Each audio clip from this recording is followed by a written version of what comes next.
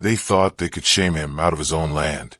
A black man, proud of the ranch his family had tended for generations, decided to use the lake sitting quietly on his property.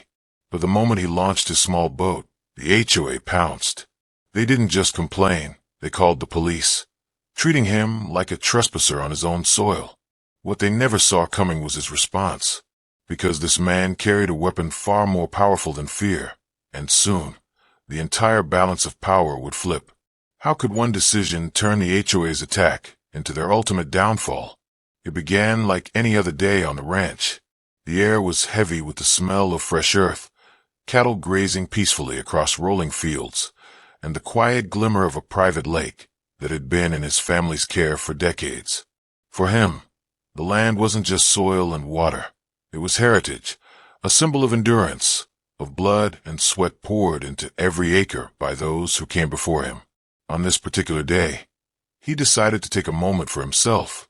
Nothing extravagant, nothing out of place, just a man, his boat, and the freedom of open water on his own property. But freedom has a way of exposing those who fear it. To the HOA, his simple act wasn't leisure, it was defiance. They had grown used to controlling the narrative, to enforcing their rules as if their power stretched beyond paperwork and into the very lives of those who lived nearby. And when they saw him floating calmly in his boat, their unease began to churn. They weren't just disturbed, they were outraged. To them, it wasn't about rules. It wasn't about safety. It was about control.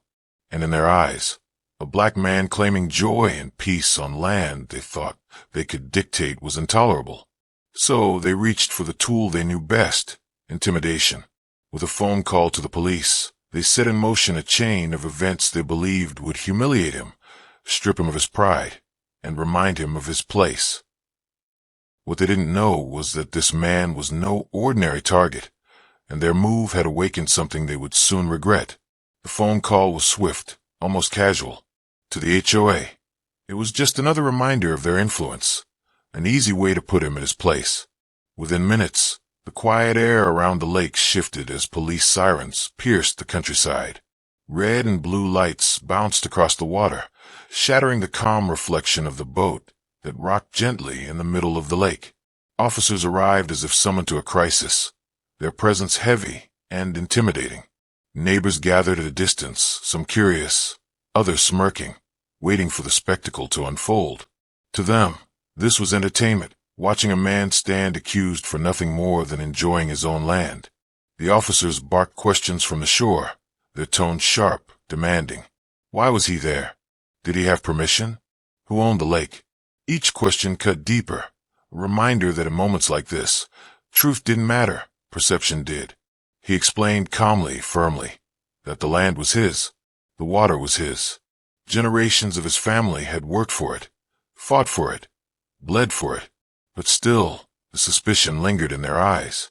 The HOA board member, who had made the call, arrived shortly after, clutching a folder stuffed with papers.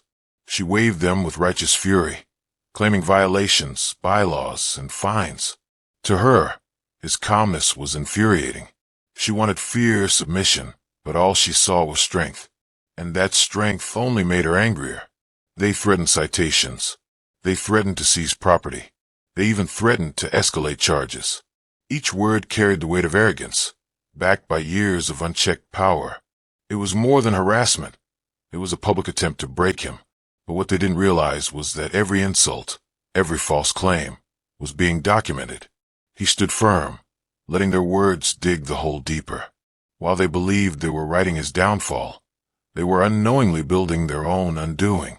As the crowd whispered, some in disbelief, others in cruel satisfaction, he remained steady, like the still waters beneath his boat. The officers pushed. The HOA raged. Yet, he gave them nothing. No anger, no panic. Just silence and resolve. Behind his silence, however, was a plan. One that would not just defend his rights, but turn their attack into the very thing that would destroy their grip on power. Because this was more than a lake. This was leverage. And soon, the HOA would learn the cost of underestimating him. The HOA thought they had cornered him, They had the police, the bylaws, the fines, all the weight of their authority pressing down.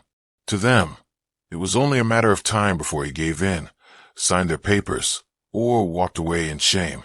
But they underestimated him. Days later, while the HOA boasted about their victory, they received news that shattered their confidence.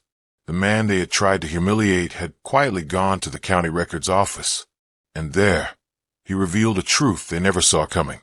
Not only did he own the land around the lake, but he had secured ownership of the marina the HOA relied on for revenue. Every dock, every slip, every rental fee, they all belonged to him now. The papers they once waved in his face meant nothing. Their rules, their fines, their threats, they were powerless against the title deed in his hand. When the board gathered to confront him again, it wasn't him who looked cornered, it was them. Their voices shook. Their arrogance faltered. The police who once stood ready to enforce their will now stood back, realizing they had been used in a petty feud. In one move, he flipped the game. The man they tried to bury in fines had risen above them, holding not just the lake, but the heart of their neighborhood's wealth. The same marina they depended on now gave him the power to decide their future. The HOA, once so loud and certain, fell silent, and in that silence was their defeat. When the dust finally settled, the truth was undeniable. The HOA had lost. The man they tried to humiliate, fine, and push out had not only stood his ground, he had turned their own arrogance into their downfall. For him, it wasn't just about winning a legal fight. It was about reclaiming dignity that they thought they could strip away. Every generation before him had poured sweat into that land, and now their legacy stood unshaken. What they tried to frame as a violation had become a victory, a reminder that history cannot be erased by papers, fines, or prejudice. The community watched in disbelief. Some saw shame in the HOA's collapse.